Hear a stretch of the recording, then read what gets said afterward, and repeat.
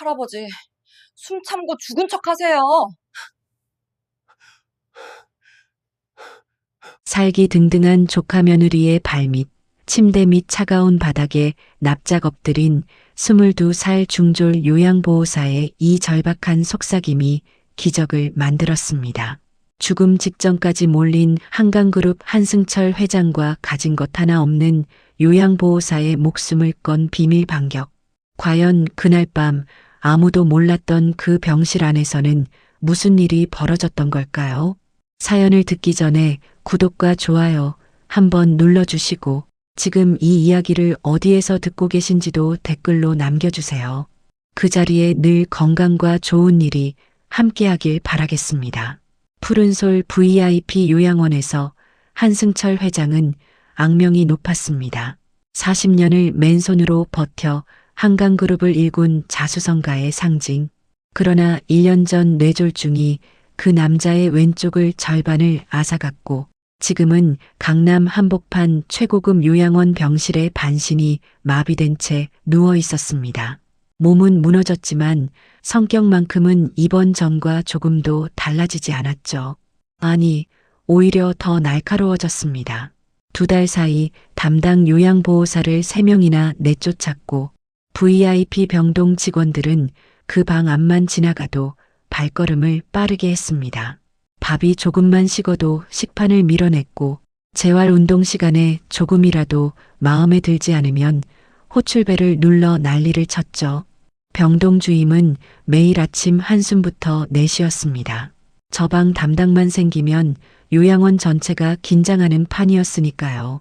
그 자리에 이수진이 손을 들었습니다. 22살 중졸. 이름 앞에 붙일 수 있는 수식어라고는 그것이 전부였습니다. 변변한 자격증도 든든한 배경도 없었죠. 어머니가 일찍 세상을 떠난 뒤 홀로 생계를 책임지며 요양원에 취직했고 남들이 꺼리는 자리를 마다하지 않는 것으로 겨우 버텨온 사람이었습니다. 주임이 어이없다는 표정으로 물었습니다. 이 선생, 진짜로 들어갈 거예요? 거기 들어갔다 나온 사람들 다 어떻게 됐는지 알잖아요. 멀쩡한 사람도 일주일이면 나가 떨어진다고요. 수지는 짧게 대답했습니다. 네, 들어갈게요. 주임이 혀를 끌끌 찼습니다. 말려봤자 소용없겠다는 표정이었죠. 첫날 회장은 수진을 발끝부터 훑어보더니 아무 말 없이 시선을 창밖으로 돌렸습니다. 수진이 식판을 가져다 놓자 그제야 입을 열었죠. 학교는 어디까지 나왔냐? 중학교요. 짧은 침묵이 흘렀습니다. 회장의 입꼬리가 비틀렸습니다. 중졸짜리가 여기까지 왔어. 손이나 제대로 씻고 만지는 거냐? 수지는 아무 말도 하지 않았습니다. 대신 식판 위 반찬을 회장이 먹기 좋게 잘게 썰어 올려놓고 조용히 물러섰죠. 회장이 그 뒷모습을 눈으로 따라갔지만 수지는 돌아보지 않았습니다. 직원들의 시선도 다르지 않았습니다. 탕비실에서 들려오는 소리가 복도까지 흘러나왔죠. 중졸이 VIP 담당이라니 요양원 수준이 어떻게 된 거야? 오래 못 버텨요. 회장님이 첫날부터 갈궈서 내보낼걸요. 아니, 저 나이에 중졸이면 집에서 뭘 한 거래. 수지는 못 들은 척 카트를 밀었습니다. 평생 그런 말을 들으며 살아왔으니까요. 학교를 그만둔 건 선택이 아니었습니다. 아픈 어머니 병원비를 대려면 다른 방법이 없었죠. 하지만 그 사정을 굳이 설명할 생각은 없었습니다. 말해봤자 달라지는 건 없다는 걸 오래전에 배웠으니까요. 그렇게 사흘이 지났습니다. 수지는 매일 아침 가장 먼저 출근해 회장의 식사를 챙겼고 재활 운동 시간에는 묵묵히 마비된 왼팔을 주물렀습니다. 회장은 여전히 퉁명스러웠지만 호출벨을 누르는 횟수가 조금씩 줄어들고 있었죠.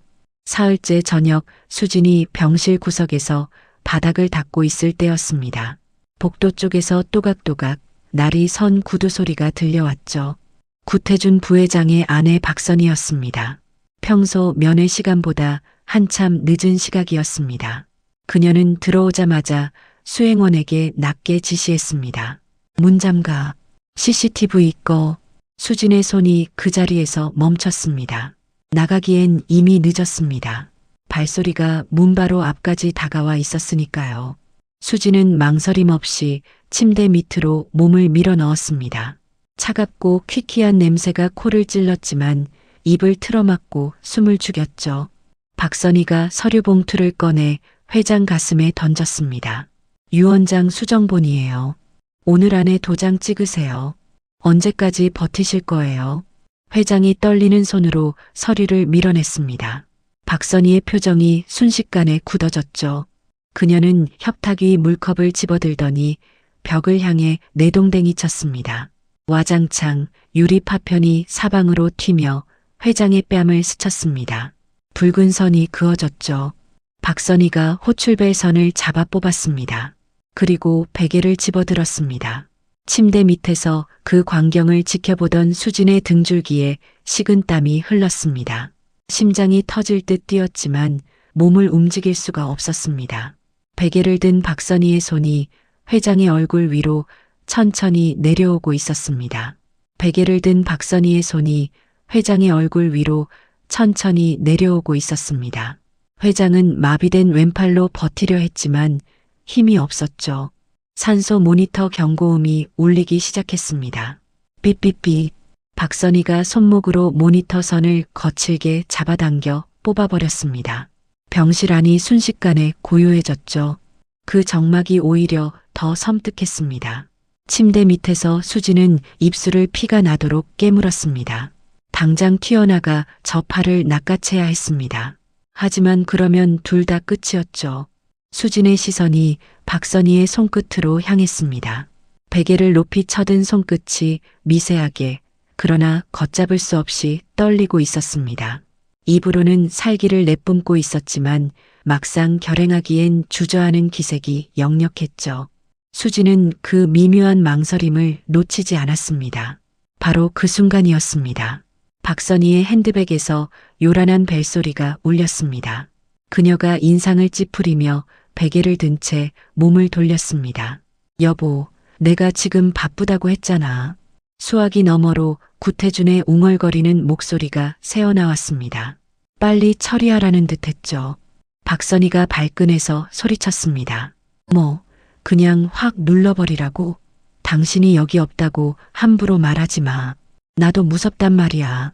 차라리 쇼크로 알아서 가면 모를까? 내 손에 피 묻히긴 싫다고. 바로 그 순간이었습니다. 회장의 힘 빠진 팔이 침대 밖으로 툭 떨어졌습니다. 손이 바닥을 향해 힘없이 늘어졌죠. 수지는 기회를 놓치지 않았습니다.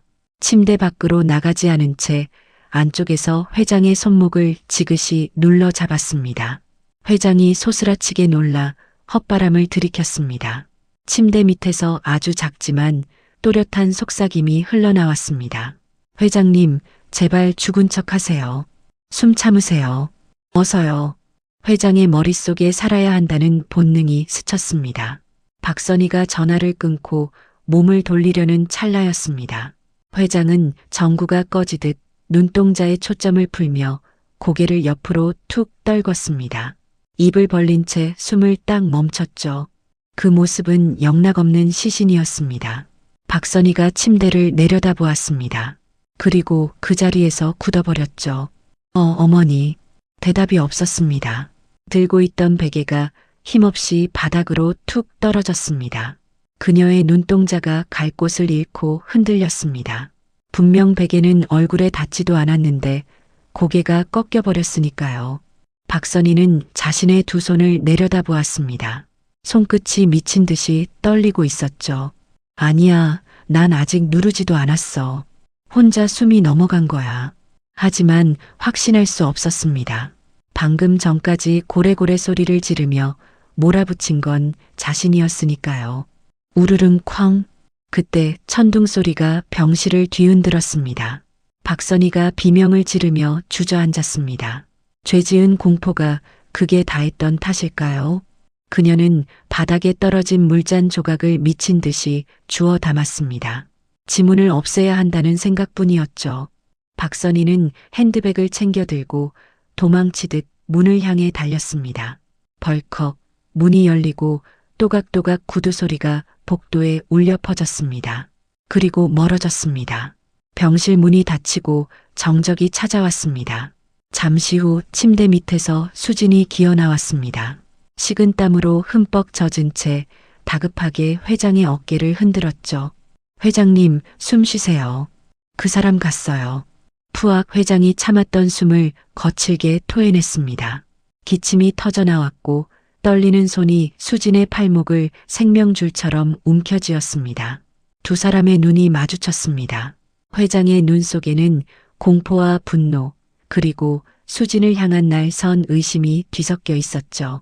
수진은 그 눈빛을 피하지 않았습니다. 대신 주머니에서 휴대폰을 꺼내 녹음 버튼을 멈추고 재생을 눌렀습니다. 박선희의 목소리가 흘러나왔습니다. 차라리 쇼크로 알아서 가면 모를까? 내 손에 피 묻히긴 싫다고. 회장의 눈동자가 천천히 굳어졌습니다. 평생 기업 전쟁터에서 살아남은 맹수의 눈빛이 그 안에서 다시 번뜩이기 시작했죠. 그날 밤은 길었습니다. 박선희가 나간 뒤 병실에는 두 사람만 남았죠. 회장은 한동안 천장만 바라보았습니다. 가족이 자신을 죽이려 했다는 사실의 충격이 뼈에 사무치는 듯 했습니다. 수지는 조용히 병실 문에 이중 잠금을 걸고 유리 파편에 긁힌 회장의 뺨을 티슈로 꼼꼼하게 닦아냈습니다. 회장이 거칠게 손을 뿌리쳤습니다. 됐어. 그것보다 넌 뭐냐? 왜 거기 숨어 있었냐? 수진이 담담하게 대답했습니다. 나가기엔 늦었고 들어오는 분 낌새가 이상했습니다.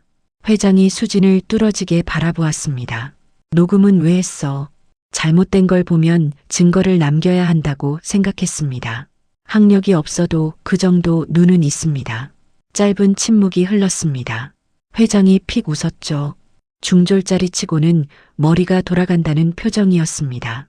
수지는 그 표정을 못 본 척하고 협탁 서랍에서 새 티슈를 꺼내 회장의 손등에 맺힌 식은땀을 닦아주었습니다. 수지는 박선희가 심어둔 감시 간호사가 순찰을 돌 때마다 벽장 안으로 몸을 숨겼습니다. 간호사가 지나갈 때마다 숨을 죽이고 문틈으로 바깥을 주시했죠.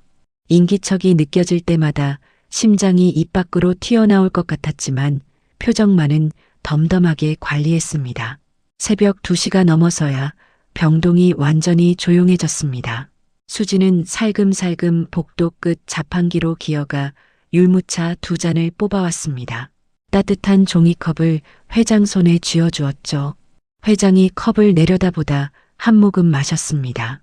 아무 말도 없었지만 컵을 밀어내지는 않았습니다. 수진에게는 그것으로 충분했습니다. 고소하고 달콤한 율무 향기가 팽팽하던 긴장을 조금씩 녹여내고 있었죠. 두 사람은 한동안 아무 말 없이 나란히 어둠을 바라보았습니다.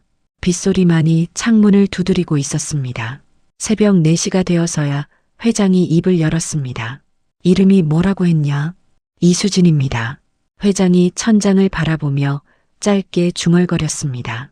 수진아, 처음으로 이름을 불렀죠. 내 손발이 돼줄 수 있겠냐? 저 녀석들한테 지옥을 보여줄 수 있게 도와줘. 내 뒷배는 내가 된다. 수진이 잠시 생각하다 고개를 끄덕였습니다. 해볼게요. 회장의 입가에 의미심장한 미소가 번졌습니다. 평생 기업 전쟁터에서 살아남은 맹수의 눈빛이 그 안에서 다시 번뜩이기 시작했죠. 그날 밤 두 사람 사이에 말없는 약속이 맺어졌습니다. 다음 날 아침부터 구태준 부부의 압박이 시작되었습니다. 박선희가 요양원 원장실 문을 벌컥 열며 들어섰습니다. 학력 미달을 이유로 수진의 담당 교체를 강하게 요구했죠. 원장은 난처한 표정을 지으면서도 결국 고개를 끄덕였습니다. 한강그룹이 이 요양원의 최대 후원사였으니까요. 수진은 VIP 병동에서 밀려나 일반 청소 구역으로 이동되었습니다. 동료 직원들이 수군거렸죠. 그러게 처음부터 분수를 알았어야지. 중졸이 VIP 병동을 넘봤으니 오래 갈 리가 없었죠. 수진은 아무 말도 하지 않았습니다. 청소 카트를 밀며 고개를 숙인 채 복도를 걸었죠. 하지만 발걸음만큼은 멈추지 않았습니다.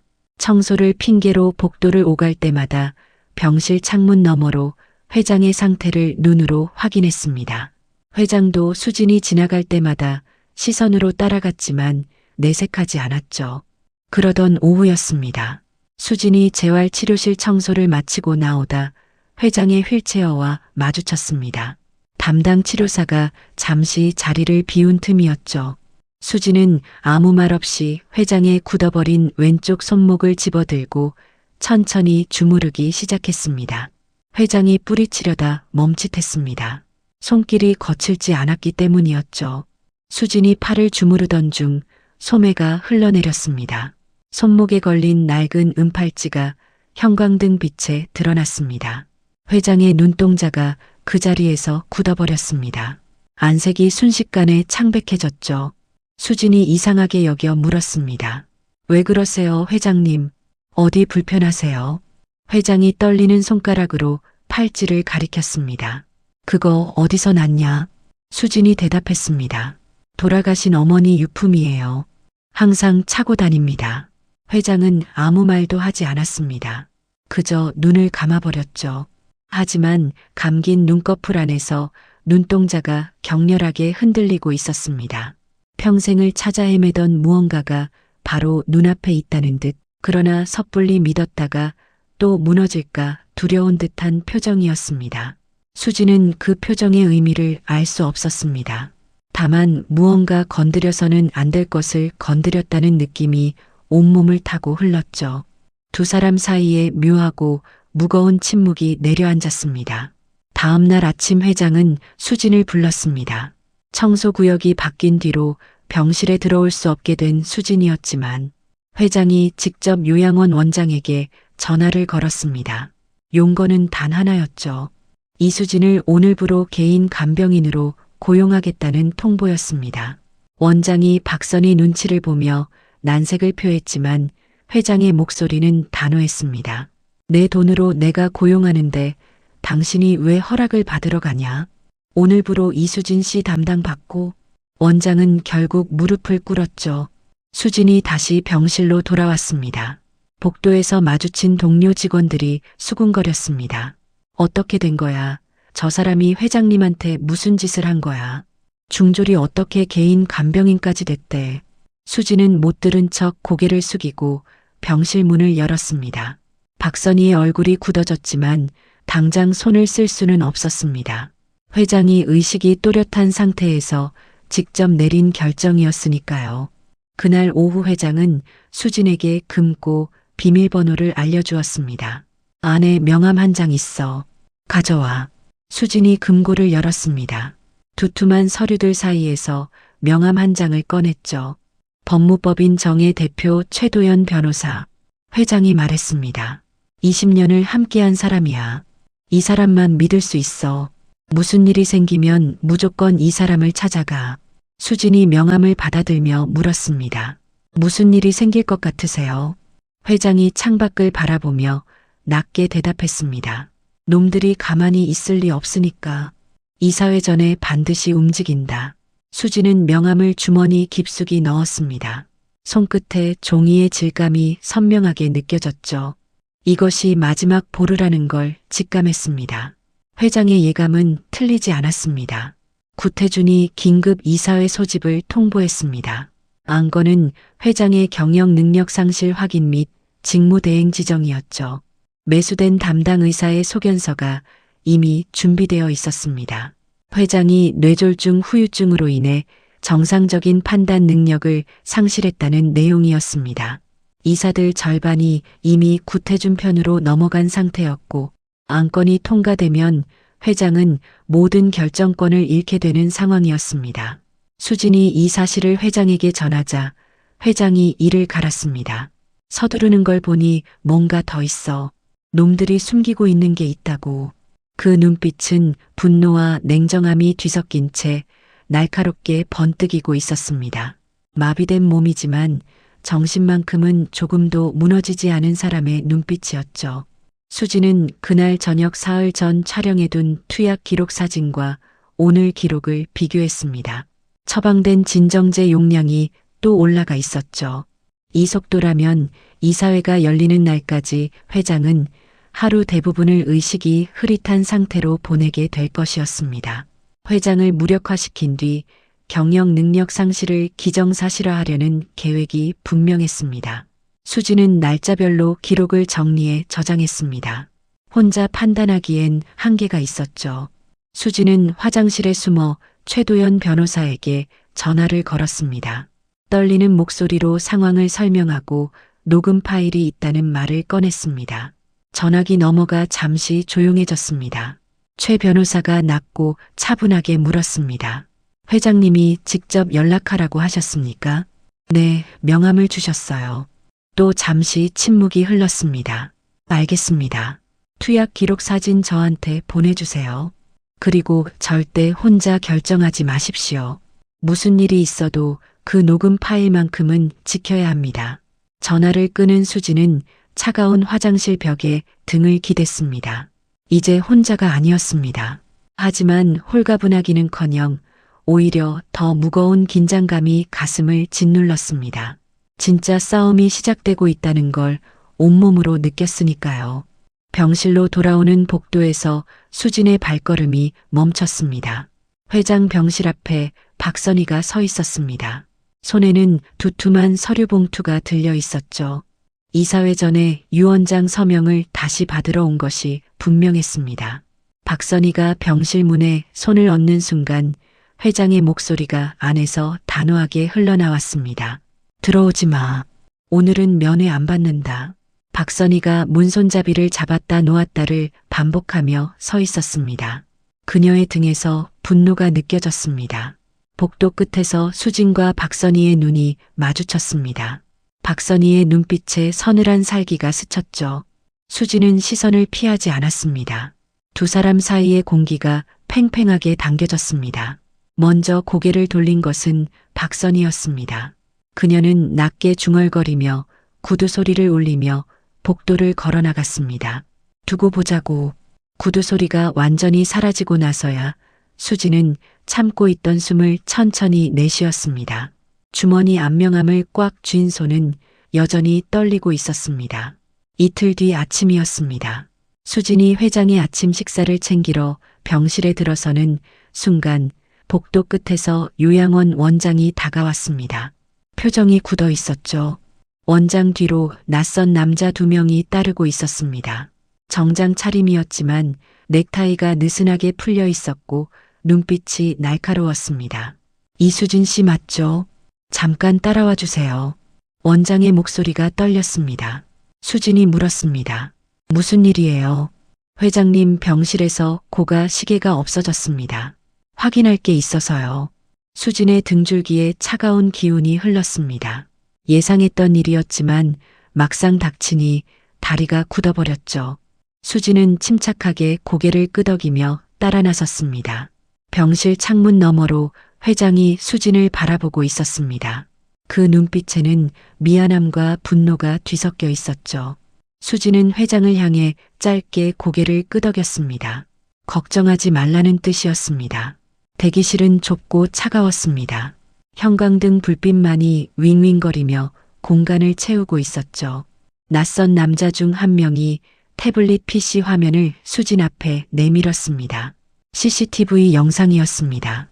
화면 속에는 수진이 회장의 협탁 위에 있는 시계를 만지는 장면이 찍혀 있었죠. 수진은 그 장면을 기억했습니다. 시계가 바닥으로 떨어질 것 같아 바로잡아 둔 것이었습니다.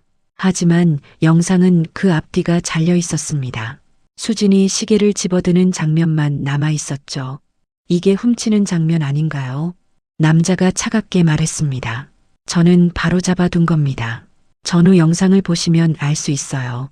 전후 영상은 없습니다. 이게 전부예요. 수진은 입술을 굳게 다물었습니다. 싸워봤자 소용없었습니다. 이미 판이 짜여 있었으니까요.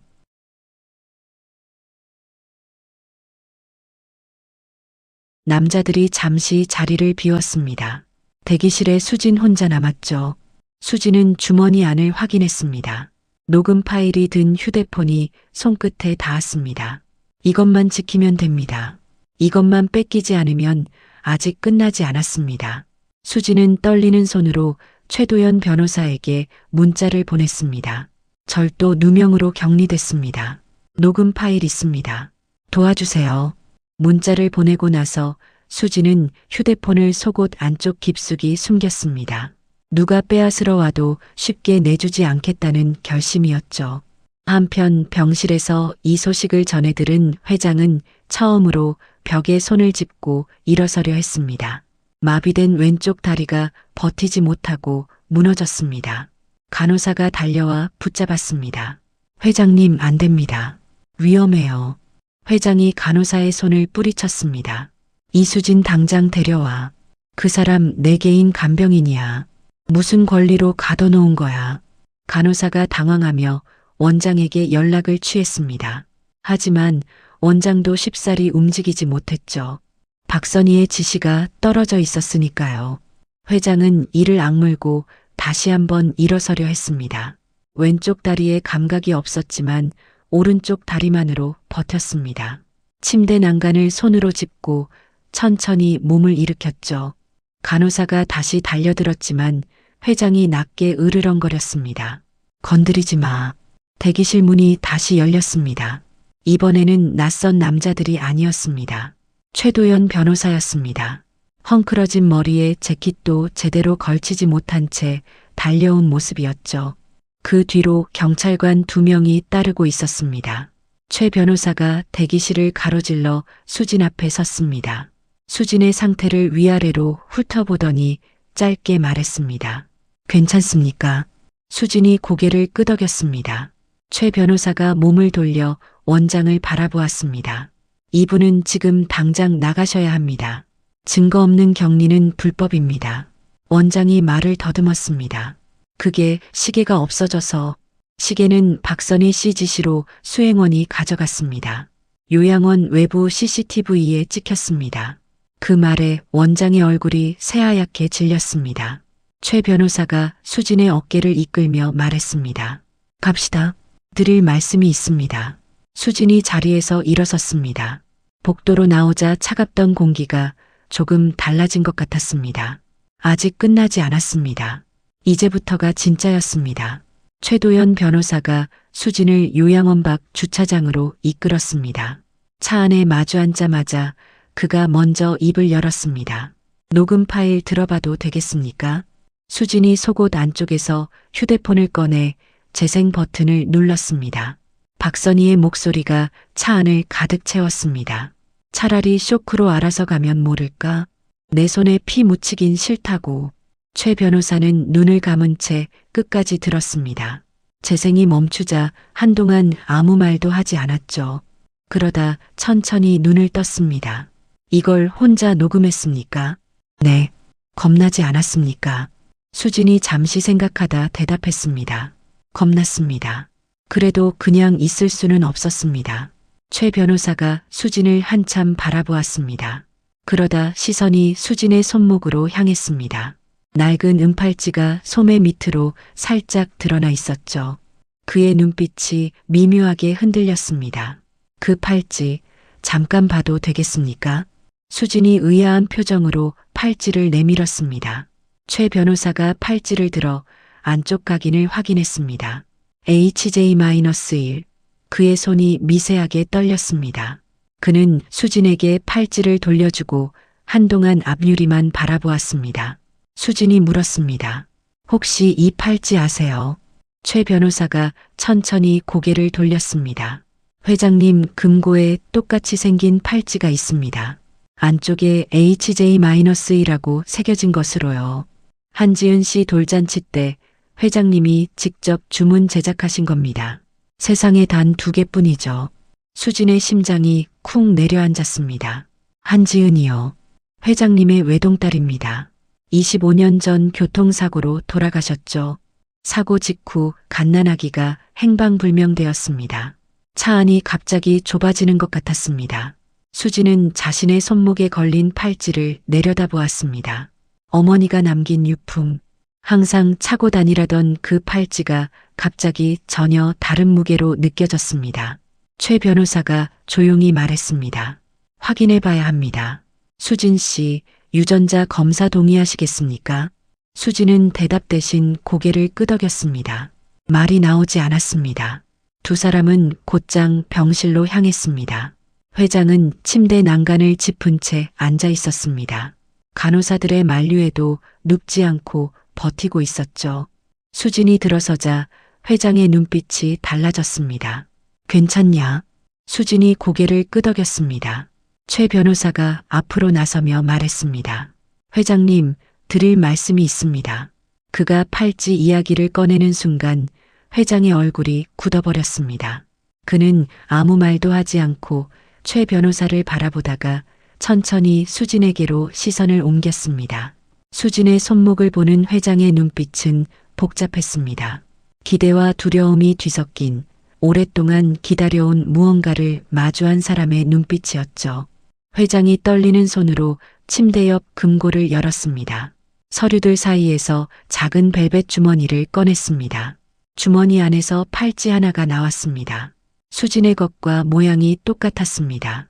회장이 두 팔찌를 나란히 손바닥 위에 올려놓았습니다. 형광등 빛에 두 팔찌가 나란히 반짝였습니다.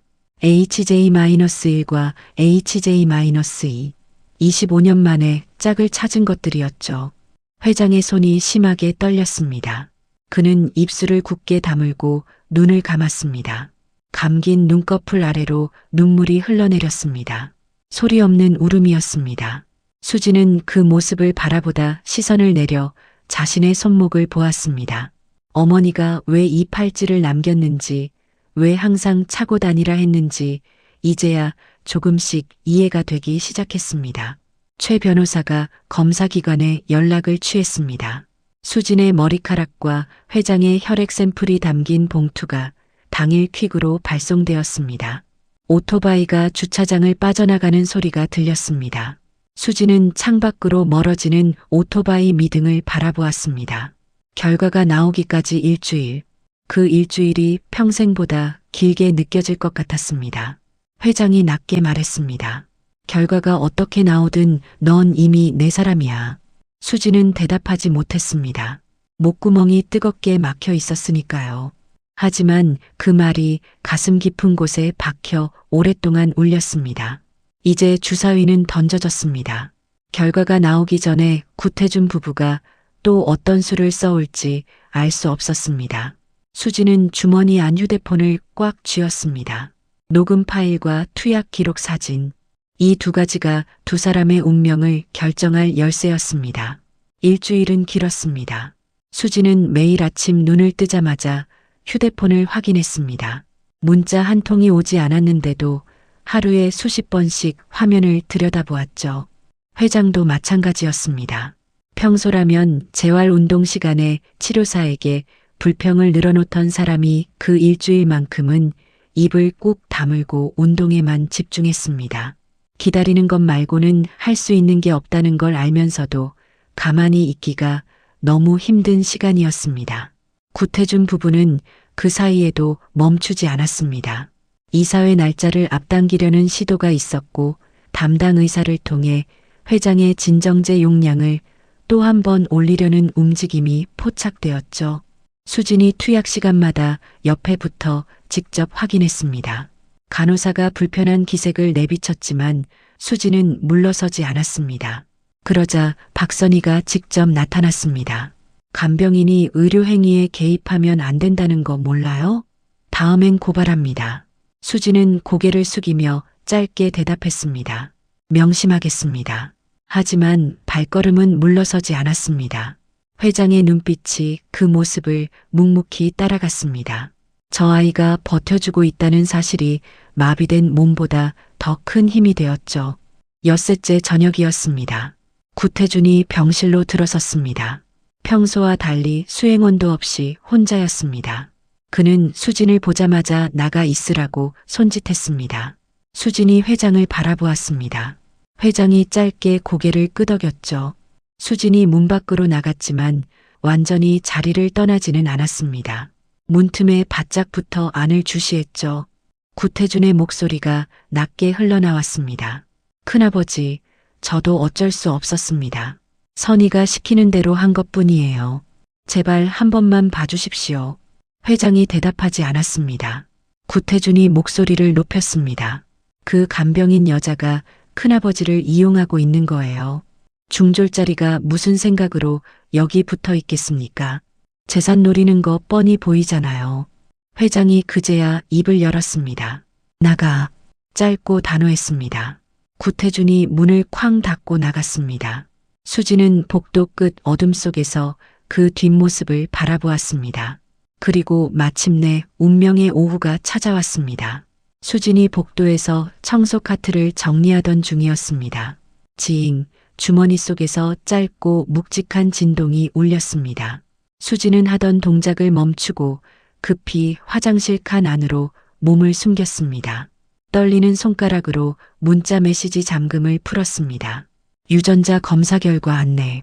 검체 이수진, 검체 한승철. 결과 혈연관계 성립 확률 99.999%. 수지는 숨을 멈췄습니다. 99.999%. 그 숫자가 눈앞에서 흔들렸습니다. 부정할 수 없는 과학적 진실이 수진이 그토록 찾아 헤매던 뿌리가 바로 저 병실 안에 있다는 사실을 증명하고 있었습니다. 수진은 입을 틀어막고 천천히 주저앉았습니다. 억눌러왔던 서러움과 안도감이 뒤섞여 눈시울이 뜨겁게 타올랐죠.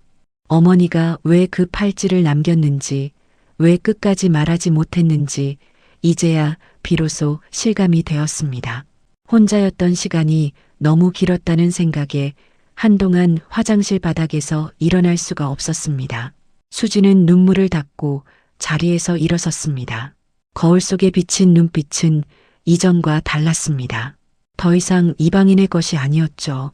지켜야 할 가족이 생긴 사람의 눈빛이었습니다. 수지는 곧장 병실로 향했습니다. 회장은 창밖을 바라보고 있었습니다.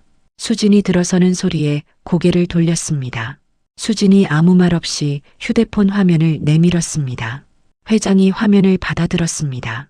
혈연관계 성립 확률 99.999%. 글자를 읽어내려가는 회장의 눈동자가 격렬하게 흔들렸습니다. 그는 한동안 화면에서 눈을 떼지 못했습니다. 수진이 조심스럽게 입을 열었습니다. 늦게 와서 죄송합니다. 제가 한지은 씨 딸인 것 같습니다. 회장의 손에서 휴대폰이 스르륵 미끄러져 떨어졌습니다. 그는 떨리는 손을 뻗어 수진의 얼굴을 감쌌습니다. 주름진 손바닥이 수진의 뺨에 닿았습니다. 어쩐지 처음부터 눈빛이 낯설지 않더라니. 내 딸 지은이 눈이 꼭 이랬어. 회장의 눈에서 굵은 눈물이 주르륵 흘러내렸습니다. 25년 만에 되찾은 핏줄의 온기가 두 사람 사이를 가득 채웠습니다. 수지는 터져나오는 울음을 참으려 입술을 깨물었지만 소용없었습니다. 평생 한 번도 불러본 적 없는 단어가 입안에서 맴돌았죠. 할아버지. 그 단어가 너무 낯설고도 뜨거워서 목구멍이 울컥하고 막혀버렸습니다. 한참을 그렇게 있다가 회장이 먼저 입을 열었습니다. 이제 싸워야 해. 저 녀석들이 가만히 있을 리 없어. 수진이 눈물을 닦으며 고개를 끄덕였습니다. 최 변호사님한테 연락했습니다. 이사회 날 모든 걸 공개하기로 했어요. 회장이 수진의 손을 꽉 잡았습니다. 마비된 왼손이었지만 힘이 들어가 있었죠. 겁나냐? 수진이 잠시 생각하다 대답했습니다. 겁납니다.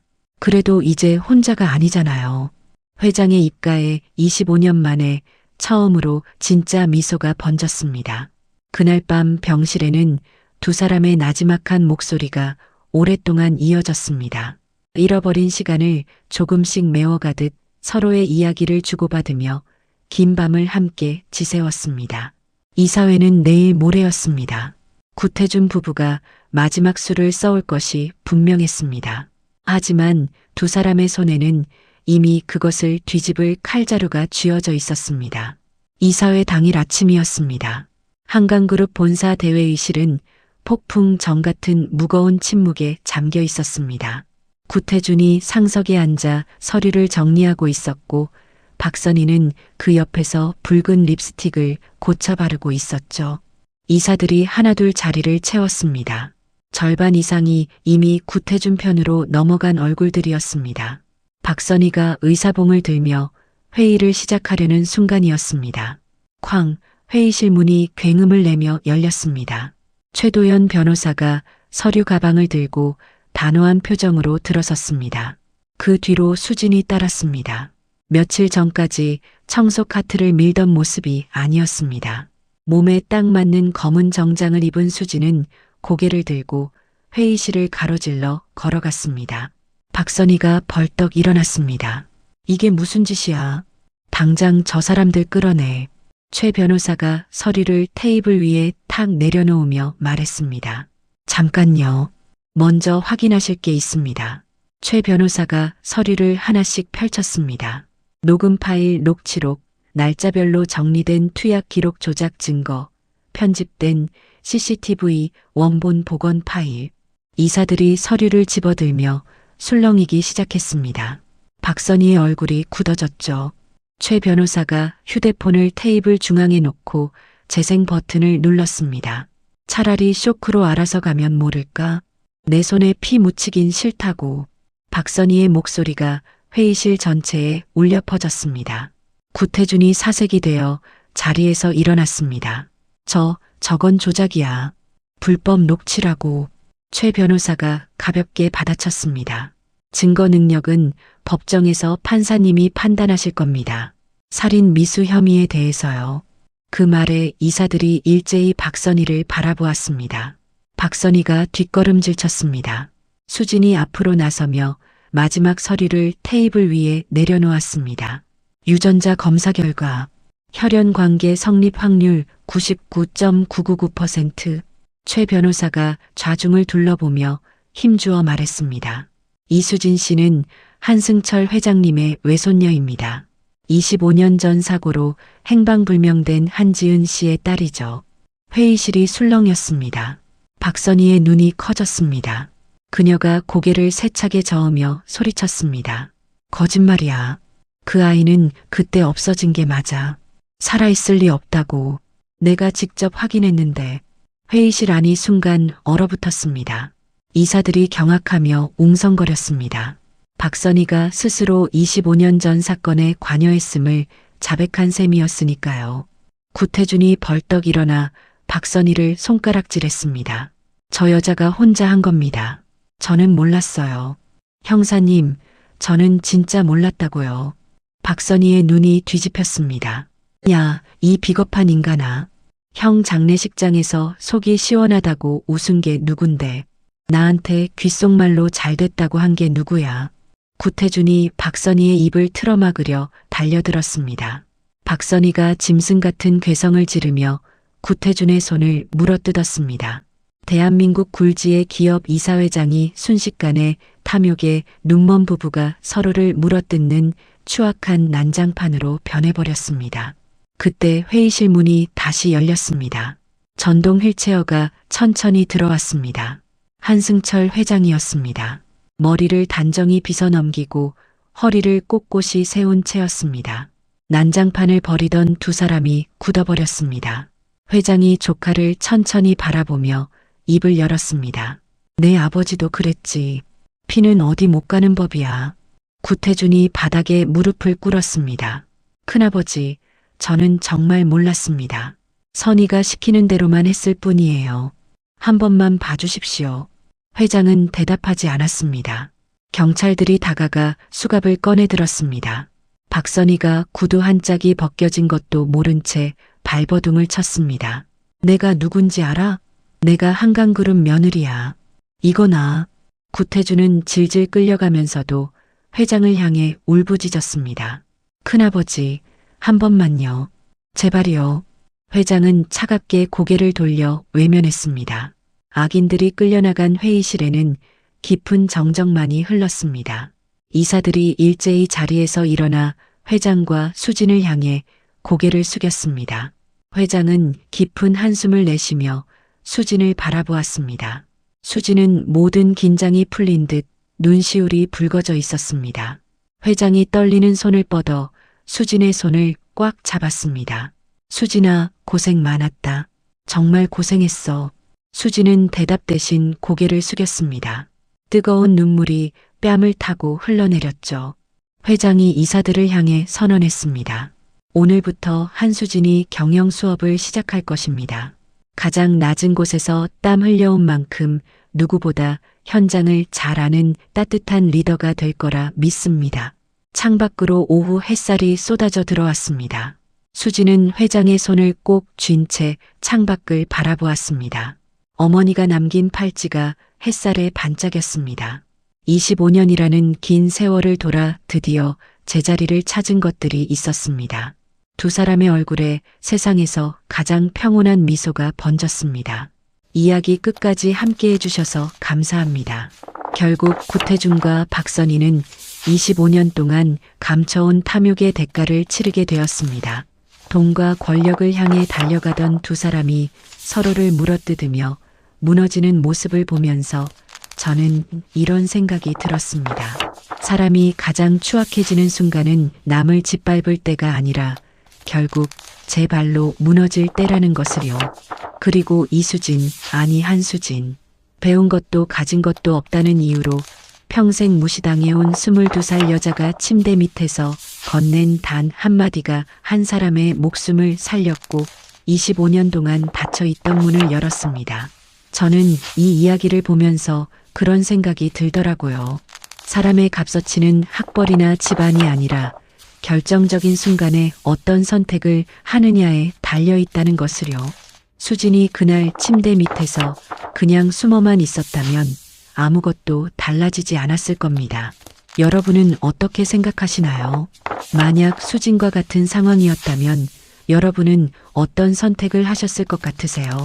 그리고 혹시 주변의 학벌이나 배경 때문에 제대로 된 기회조차 얻지 못하고 있는 사람이 있지는 않으신가요? 오늘 이 이야기가 그 사람을 다시 한번 바라보게 되는 작은 계기가 되었으면 합니다. 오늘 사연이 마음에 작은 울림이 되었다면 구독과 좋아요로 응원 부탁드립니다. 여러분이 생각하는 진정한 사람의 값어치는 무엇인지 댓글로 자유롭게 남겨주세요. 하나하나 읽고 건강과 행복을 위해 기도하겠습니다. 시청해주셔서 진심으로 감사드립니다.